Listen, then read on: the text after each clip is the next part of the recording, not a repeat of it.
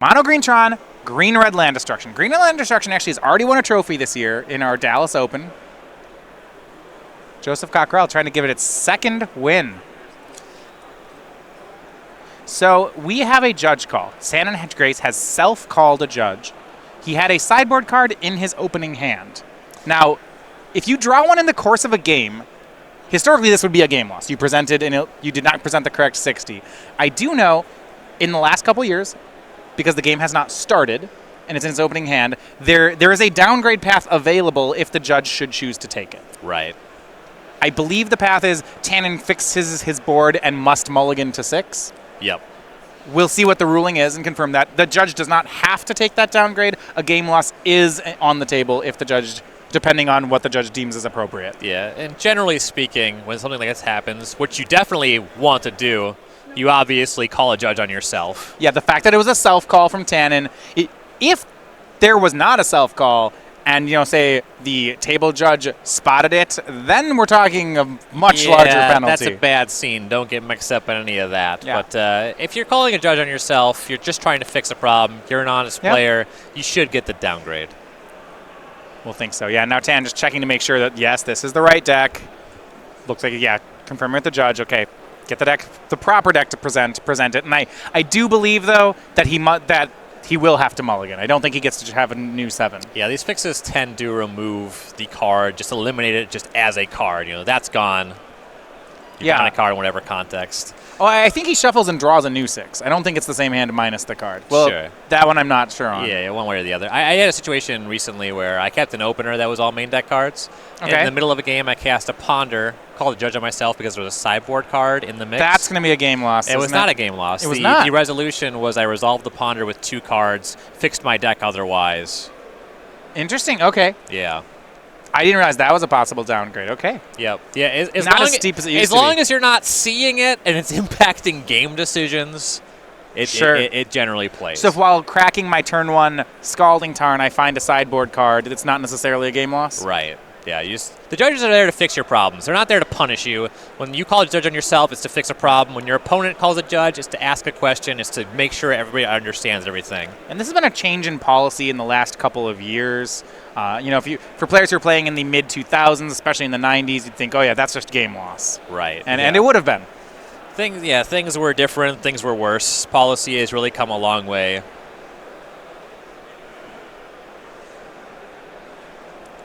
Judge just confirming with our table spotter that this is indeed the right resolution. So Joseph Cockre now on 7. He'll draw his hand. So green red land destruction versus Tron. It's not the Blood Moon that gets Tron. It's the Stone Rain.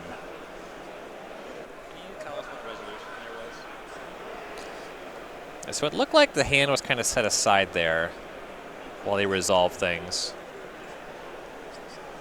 Okay, so what they did is they got rid of the sideboard card, and then they actually just replaced it with a random card. So he does get a 7-card hand. It's not a forced mulligan, but he doesn't get a new 7. And Tannon has been given a warning. Now, he has no warnings of this type so far, so there is no further upgrade. Right.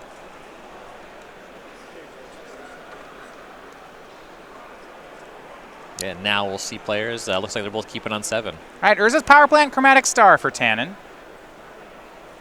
Do you think he knows what he's up against? I don't think it'll take long to find out. Forest Arbor Elf. Yeah, that's one of the scariest starts when you're playing big mana because they're not a green deck. They're a red deck. Very frustrating to get this pull when you're playing your winner in as well. There's not much Tannon can do. You make your land drops, and you just hope you don't get Stone Rain. You hope the Stone Rains stop at some point.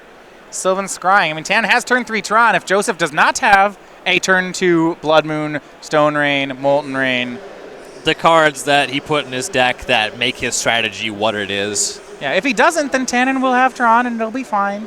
If Tannon makes a turn 3 card, I don't think the red-green land destruction can come back very easily from it. Yeah, you turn the matchup on its head. Suddenly you are the LD player. A lot of times you see, and there's no red mana. Could be a Utopia Straw, yeah. Oh, wait. Just kidding. There's 2 red mana. You got excited. Yeah. Lifetime have never beaten Panza. No. Well, there's Stone Rain for the mine. Thanks for playing. He gets to keep trying again. Ever the It's optimist. not done yet. His hand 2 more LD spells.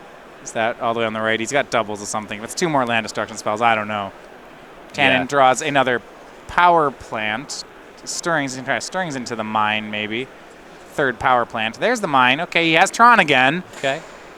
We'll see if he gets knocked off again. His deck's doing... This is a great draw for Tron, honestly. Mm-hmm. This is the kind of stuff you need in the games that you're going to win in this matchup. Though this is among the more lopsided matchups in the format. Oh, Stone Rain, yep. Oh, another Utopia Sprawl. We could cast 2 Stone Rains. Ugh. Tannon says, which one do you want? The power plant. Tannon has another power plant. He actually still has Tron, Ryan. I mean, in his hand. See, he has the towers in play. He has mine power plant in hand. Yeah. Joseph attacks for 1. Joseph does need to ultimately do something to close the game. All right. Mine. Tannon disguising whether or not he had another power plant. He does. Here's Star. So you can knock them off Tron, but they find it again. It looks like Inferno Titan in hand for Joseph, but Tron can overcome that. Yeah, Inferno Titan castable, but it gets Karned just as much as any other permanent, if that's the payoff. Here is 6 mana. Here's Inferno Titan. 3 to This- Tannon. yeah. Tannon's happy, yeah. All right, that's no Stone Rain. This is the part of the deck that leaves something to be desired in this matchup. Against a lot of decks, your Inferno Titan is bigger than any spell they're going to be casting. Against Tron, you have to keep hitting the land destruction button. And there's Tron and Karn. Inferno Titan is gone. Huge win for Tannon Grace there. That's exiled under Karn. We'll fix that. Yeah. Now, I believe Joseph has another Inferno Titan. So we'll see if Tannon has another Karn. Right. Yeah, the Inferno Titan fortunately would clean up the rest of this Karn. Yeah. Then there's still something else to figure out. You know, just Tannon to have more 3. payoffs. 6, second Titan, remove Karn. And Joseph is doing his best to disrupt him, but this Tannon's just unstoppable right now. Every turn he has the answer. Even a Worm Coil engine would be a pretty big problem for Joseph. Tannon certainly has that. Oblivion Stone and a land? Sure. And he gets all the Utopia Sprawls? Yeah, I don't think this is going to do it. O-Stone, crack it. Yeah, that's another huge swing in Tannon's favor. Absolutely. Just no hesitation. Land destruction you back. Take 4 of your mana. 5 even. Birds, double sprawl, Arbor Elf. Yeah. Down to 3 mana now. Tannon's firing on all cylinders, wanting this top 8. He's still trying to get that trophy. Oh, yeah. Not a team event this time. He's on his own.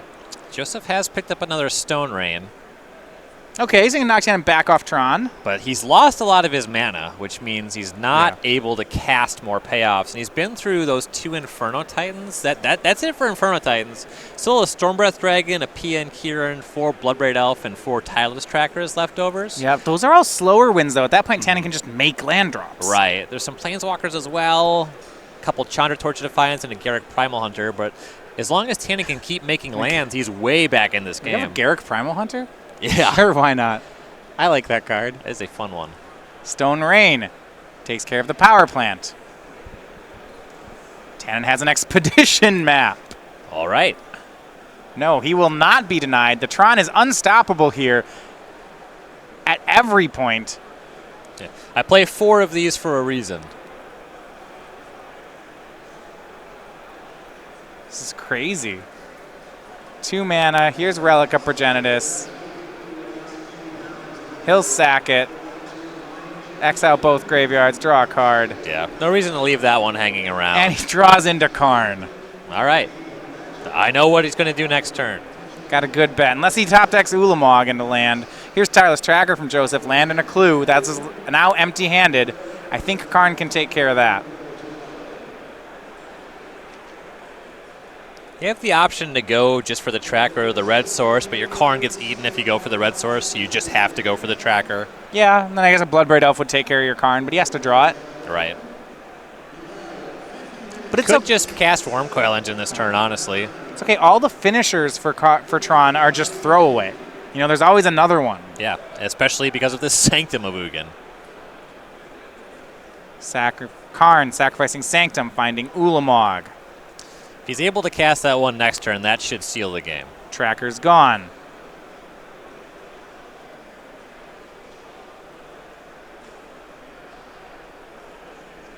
Land and Chromatic something. Sphere. No, Walking Ballista. Yeah, there was one left over because of the Sanctum. Ballista on 1. And that blocks even in the face of a Bloodbraid Elf. So Karn's still around. Top card from Joseph. Now he's playing off the top of the deck. He knows there's an Ulamog in hand for Tannon. Not going to be long before this one's gone.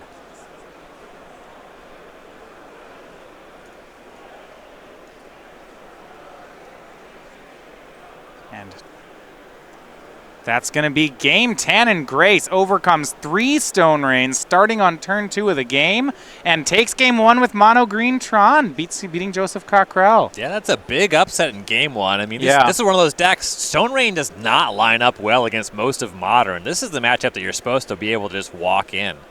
So can Tannon do it again? First, let's take a look at Joseph Cockre's sideboard. I'd be surprised if he has anything for this matchup. This is a great matchup.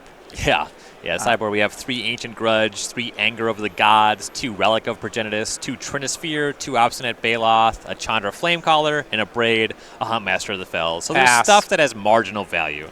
You know, destroying artifacts sometimes matters against Tron. As far as the main deck, you can cut these Lightning Bolts, I suppose. You know, bringing grudges, whatever. Okay.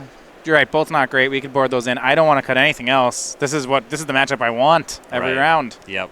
Main deck very much geared to play against lands. All right, so on Tannon's side, 3 Nature's Claim, 3 Thought-Knot Seer, 3 Thragtusk, 2 Spatial Contortion, 2 Surgical Extraction, a Grafdigger's Cage, and a Relic of Progenitus. So there's actually a lot of things he can do here, and I want to know what you kind of think of them. So we could board in Nature's Claim to try to fight against Blood Moon or Utopia Sprawl.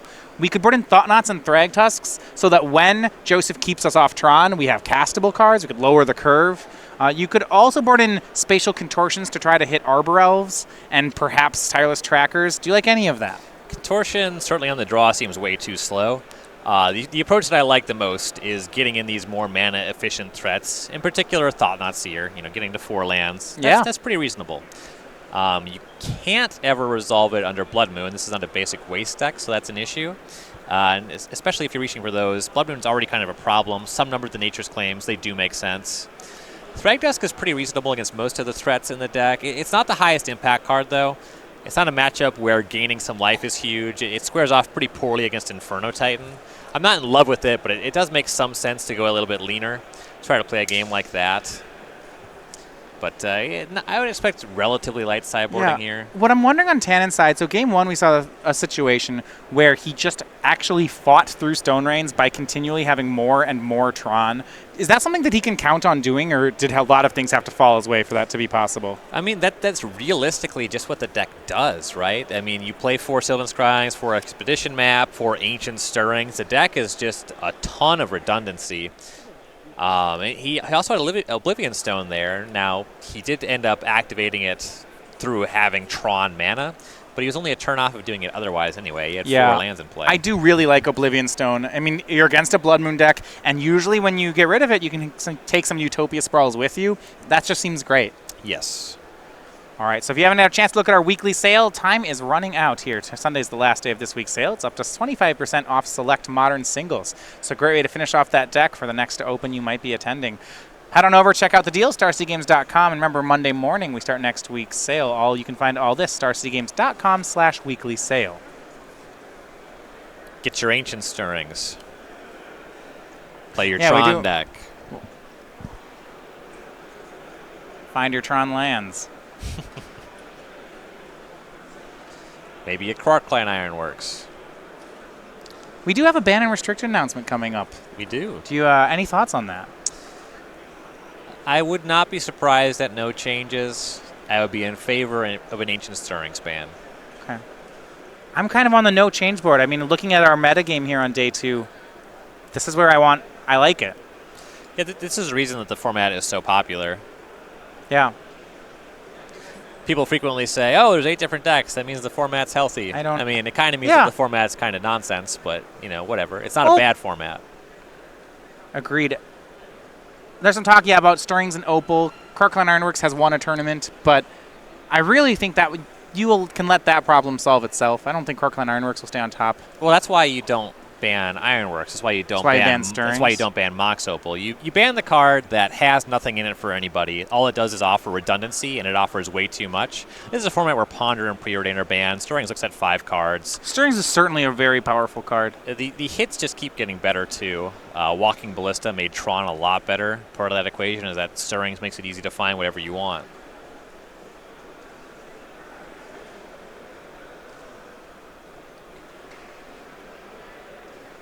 Do we have a Stirrings deck in the top 8? Not yet. Tannon and Grace, 1 game away. I mean, that's I was just wondering. Right. That's not the way you take the temperature. That's an approach that I don't want to legitimize. That's just like a conversation that misses the point. Cards can be fundamentally inappropriate or too good for a format without, winning every tournament. I'd always be down to get rid of Blood Moon. Find it just to be miserable. I don't know. I enjoy most games of Modern. Large percent of games I don't enjoy involve that. Yeah, you'll admit that that's a personal bias thing, though. It's like I have a similar disgust for Chalice of the Void, but I don't think that card's particularly bannable. Yet. As long as people aren't turn one-ing it, it's fine. If you have a format, I think we saw with no banless Modern, once you're having a format where turn one-ing it's reasonable, then that card's pretty... what it does is it ignores the text boxes on things, which is not enjoyable. That format actually was less so about being able to turn one it, and more so that there was way more pressure to have a very high threshold of one-mana spells. Yeah, that's true. Yeah. Currently, there's a few things that drive you away from that. For example, the big combo deck Storm, the legal tools. Most of the good ones cost 2. That holds Chalice back some in Modern right now. Now, when Chalice of the Void is good against the combo decks, it starts putting in work against the fair decks as well. But I digress. Probably no changes. Ooh. Looks like Joseph going down to 5. There is a lot of pressure on land destruction to have some early play. You don't have... I suppose on the play, a turn 3 Blood Moon or a turn 3 Stone Rain's fine. But if you don't have any sort of land destruction on turn 3, by turn 3 in your openers in this matchup, I don't think you win any of them. Right. On the play, turn 3 is on time. Yeah. That's acceptable. It's like you need one of these red cards. Otherwise, I don't see what you're doing. It's also not realistic to expect to find mana creature and 3 mana disruption in a 5-card hand. You almost need to keep just having one of those. And frankly, maybe even be happy to just have the one.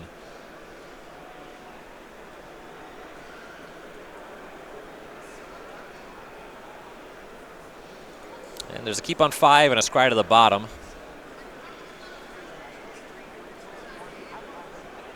Right. Turn 1, Utopia Sprawl off Forest, so we could see a turn 2 Stone Rain or Blood Moon. He names red. Looks like there is a Stone Rain in the hand, so we'll start out there. Yeah. Despite the mulliganing, things pretty well online. Not going to get a Tron land this time, though. Ghost Quarter, Necromantic Star. Love the Ghost Quarter. I might be inclined to just leave that untapped. Ooh, and a big miss for Joseph. No second land. That makes the Ghost Quarter even better for Tannon. Do you think you just Ghost Quarter the Forest? I'm interested in that play. Tannon's going a different way, and this makes sense. Yeah. He has Sylvan Scrying. You have some time to set up. There's the high possibility, or the reasonable possibility, that Joseph misses 3rd mana again. You don't even know if he has a Stone Rain in the first place. Another deck in our top 8. Caleb Shear is going to fall short today, and it is going to be Robert Mendoza defeating Caleb Shear. So Mendoza, our burn player, into the top 8. Yeah, that's kind of how it lines up on paper. Congratulations, we'll be seeing him.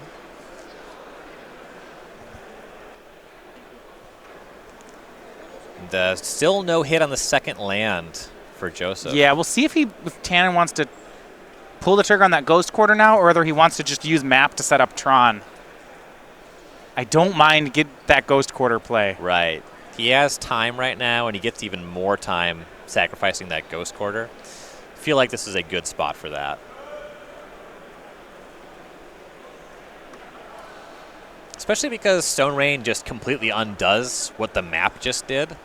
You may as well just use the Ghost Quarter.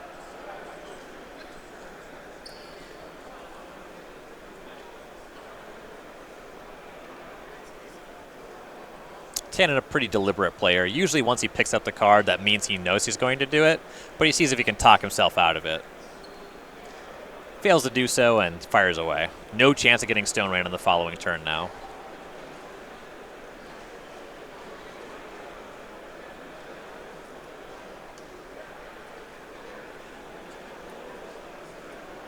And he's set up to Sembletron on the following turn, unless he naturally hits it, though. No payoff. There has been a Wormcoil Engine hanging out in hand. Yeah, Joseph picks up second land now.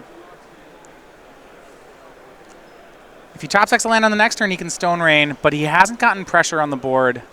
He's going to be facing down a Tron next turn if he doesn't draw the land here. He does. Forest, we're still going.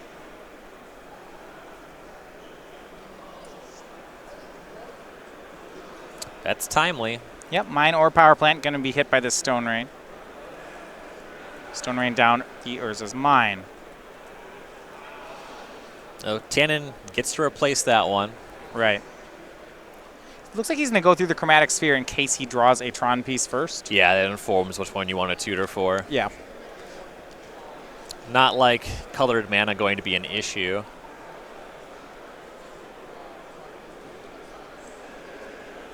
Float mana through. Mine is down. Then he'll go ahead and use that Expedition map. Didn't get a good chance to see if he saw that Tron piece. We'll see if he refine it. Yep, finds mine again. Makes sense. Fewer mines left in the deck. Right. Still 4 towers. Looks like there's an Oblivion Stone in the grip. That one quite a bit worse based on the texture of this game than it was in the first one. Looks like he picked up another one. Might just run one of those out. Unless you have some stars or a map to run out. Pretty free to just commit that. Yeah, certainly those would be better, but it'll be Oblivion Stone for Tannon. Now we'll see whether or not Joseph has another Stone Rain. He does have a Huntmaster of the Fells if he can hit a land. And it is unclear here. I think it's Utopia Sprawl. There we go. So still 3 mana. Next turn he'll have 4. There's a Blood Moon. Okay. Yeah, make sure you put the Utopia Sprawl on a basic forest if you're going to Blood Moon. Yeah. So make Blood Moon. Now, of course, this is into an onboard Oblivion Stone, so it's not great. Right. Now, if you can combine that with some Stone Rains, you can keep pushing that stone activation back. Right. Be interesting to see whether or not Joseph wants to, say, commit this Bloodbraid Elf. Tannon makes Walking Ballista on 2. If this O-Stone goes off, that's going to be, well, close to the game. Tannon actually drew another Urza's Mine, so wrong Tron piece, but nowhere to see that coming. I believe I spot Chandra Flamecaller in Joseph's hand. Just want heavier on ways to just win the game. Yeah, that's the 6-mana Chandra. Yeah. Bloodbraid Elf will cascade into, there we go, Stone Rain. It's a good hit. That was what he wanted. He'll go for the Urza's Power Plant, keeping Tannon off mana again. An update on our backup feature match. It is going to be Thomas Mathers on Krark-Clan Ironworks in the top 8. He defeats Jocelyn Lambaria. So he is deck player number 6 into the top 8 along with Robert Mendoza. Ooh, and it looks like despite a mulligan to 5 on Joseph's Yeah. side, he's produced enough Stone Rains. Tannon missing that 4th land drop.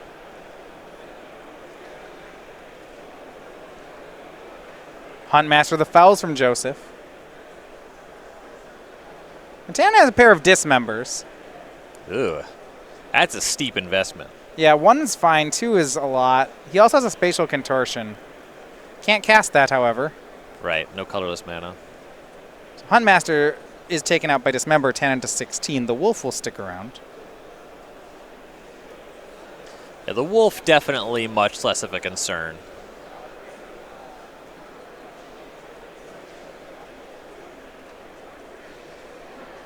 Tannon needs running lands and to dodge any stone rains. Ideally, it would be Tron. He finds a basic forest. That checks the box. Fading the stone rain is still pretty important.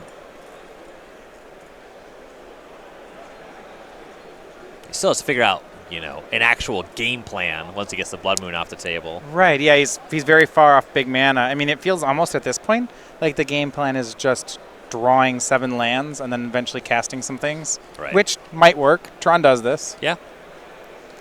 Wolf swings in, Tannon down to 14. Joseph has drawn a sideboard Trinisphere. This one makes sense. It slows down Chromatic Stars. Yeah, it's an interesting one as we see Trinisphere in play. On this board, it doesn't look particularly good.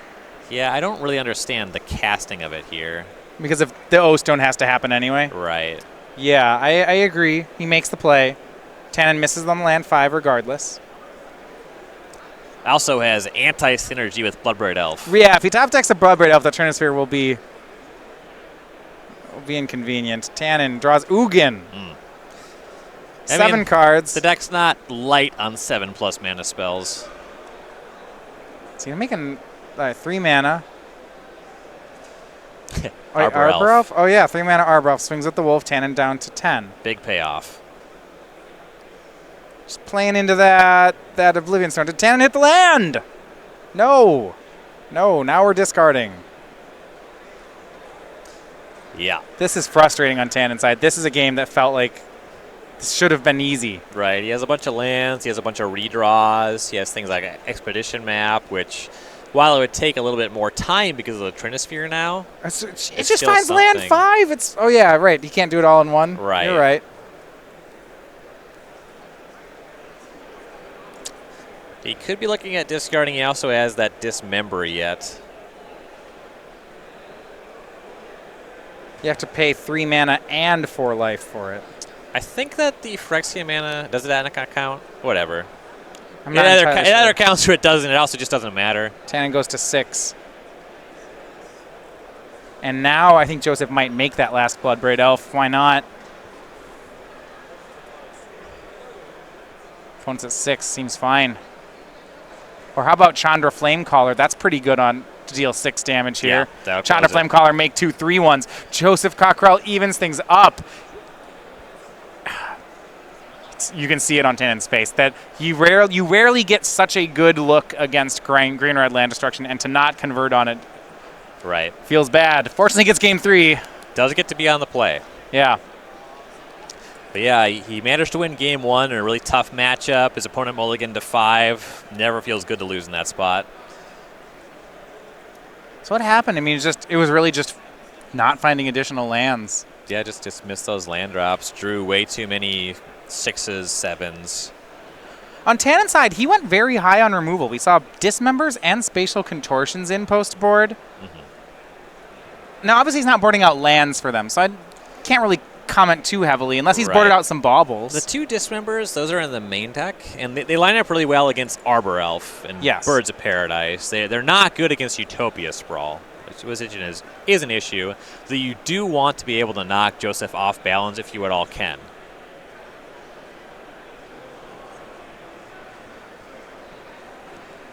Yeah, so the additional removal with Spatial Contortion in shows that he wants to fight over those mana creatures. Right. But he flooded out.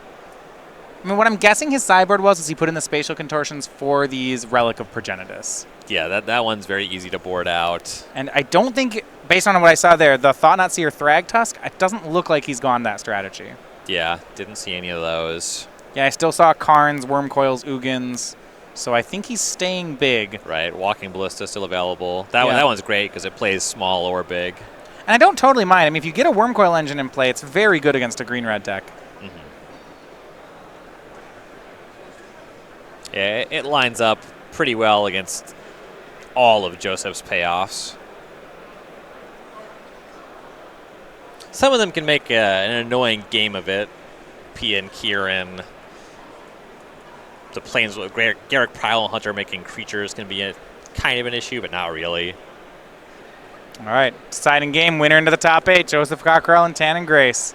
a fist bump, and then here we're going to go. Tannon does get to be on the play. Definitely something that matters against the Stone Rain deck.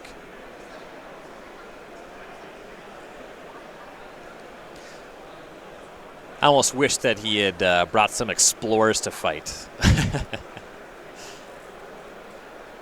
That'd be great in the matchup. Right? Yeah, it's a very narrow sideboard card. Yeah, try to sneak that Tron out a turn earlier.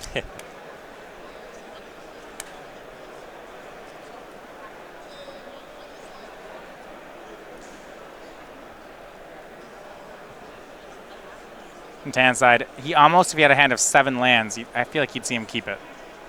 If it was 2 sets of Tron, for sure. These games, it feels like if he makes every land drop, regardless of whether it's a Tron piece or not, he's had a lot of time. Joseph on a mulligan again. The hands where the mana's not Tron tend to lean on Oblivion Stone. That's true. Like 6-land Oblivion Stone. I'm into that. Yeah, I'd take that one. Your opponent might even make a Blood Moon, in which case you get a 2-for-1 if you want to call it that. Right. Good value. Yeah, Joseph mulliganing again, and there is pressure. The matchup is very good, but if you don't have the Stone Rain, and it has to be ahead of schedule when you're on the draw against the natural Tron hand, which Tannon keeping on 7, that's scary. Tron opponents keeping on 7, in my experience, means on turn 3 something bad is going to happen to me. Yeah, the things line up. One of the scary things about the deck is how well it mulligans. And given that... It can mull to 4 and still turn 3 Karn you. Yeah, given that I know that Tannon knows that, if a player like this is keeping a 7-card hand with Tron, I am uncomfortable. Right. And we'll say, looks like jumping the gun there, waiting on the scry. Joseph scries to the bottom. Turn 1, Tron, Peace, and Star. And we have a Seal and Scrying in hand. I bet we have a turn 3 Tron. Now, Joseph can always have a turn 2 Stone Rain. We'll see Utopia Sprawl here. That's his answer to turn 3 Tron. Sprawl name's red. Stirring's picked up for Tannon Grace.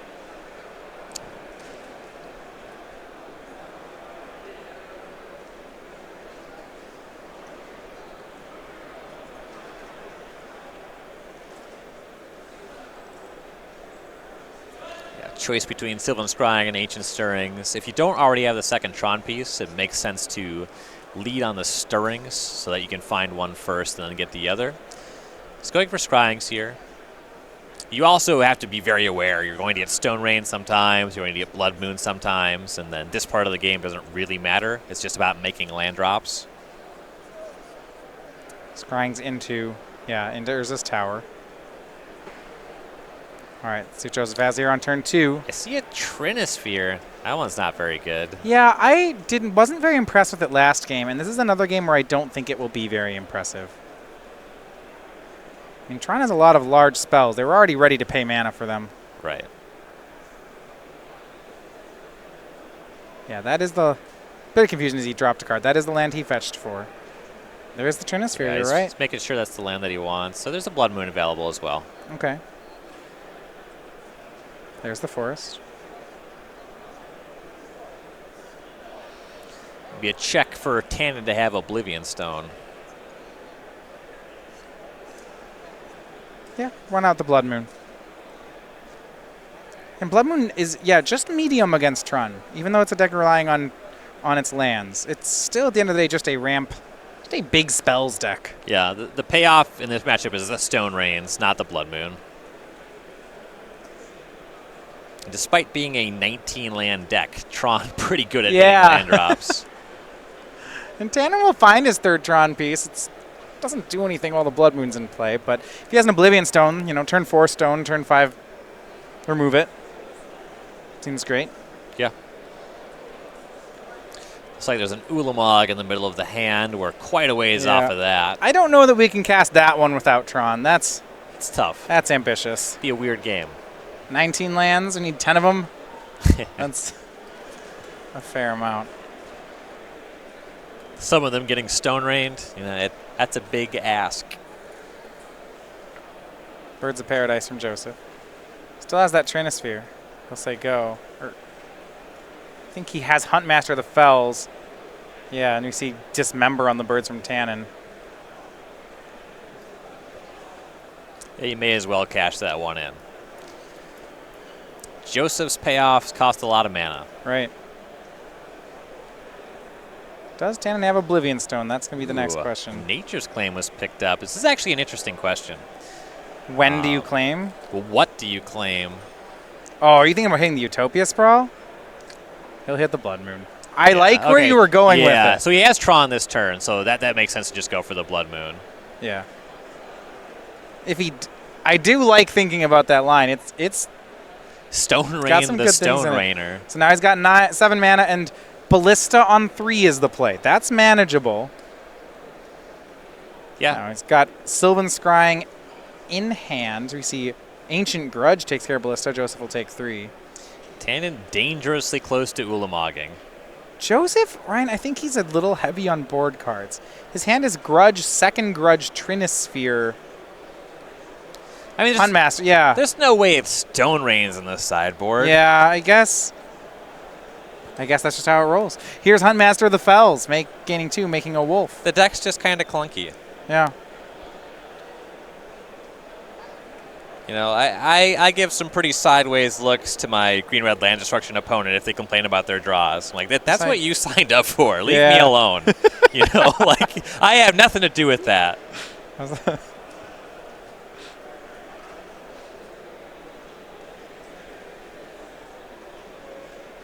Ulamog in the hand for Tannon. He has Sylvan Scrying. So you can set up for the Mog next turn. Can't make it this turn. Ancient Stirrings. If he finds Urza's Tower, he can make Mog this turn. Yeah, big look. Looks like there's a Karn and a map. Don't mind Karn. It's a little mopey against Huntmaster. It's fine. It's not bad.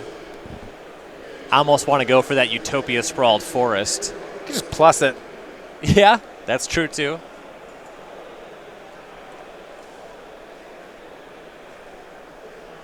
He'll take Karn. Kind of like plussing it. I don't know how it survives. Tan's thinking. I think all 3 options do something. All right, well, we'll exile the forest. All Get right. him. This is what you get, Stone Rain player. You want to play the Stone Rain game? Karn Stone Rains. I got 2 of them right here. All right, Karn's gone. That's fine. You can have it was this a Stone Rain. back. Yeah. Yeah. The Stone Rain doesn't stay in play.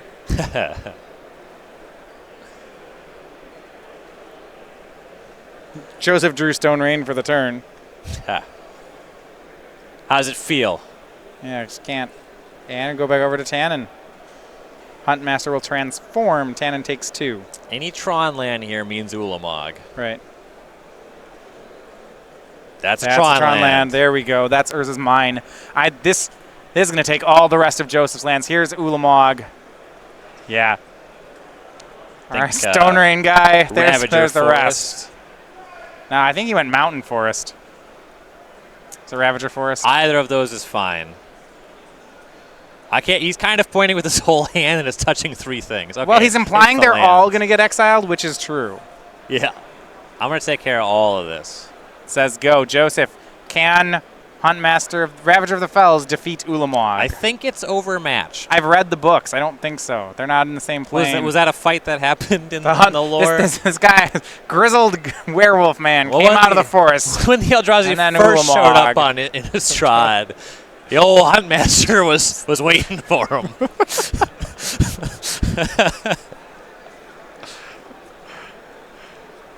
And yeah, they don't tell you about the battle for the Juvenwald, but I was there. He picked up his hatchet and went to work. Tan's got an O-Stone. Ulamog's indestructible, so that seems like a solid play right here. That is a combination. There we go. Get rid of all the other things.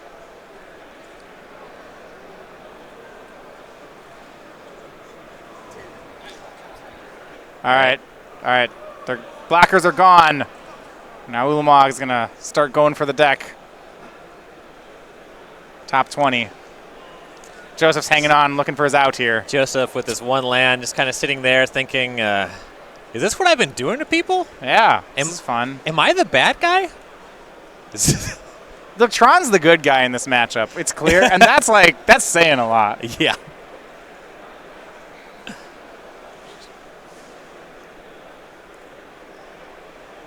Joseph to 11. Draws. It does something. And he extends a hand. And Tannon Grace with the win. He is into the top 8. Mono Green Tron winning 2-1 in what's got to be a matchup he thought he would not be able to get through. Yeah, pulled a really rough matchup. Managed to persevere through multiple Stone Rain effects.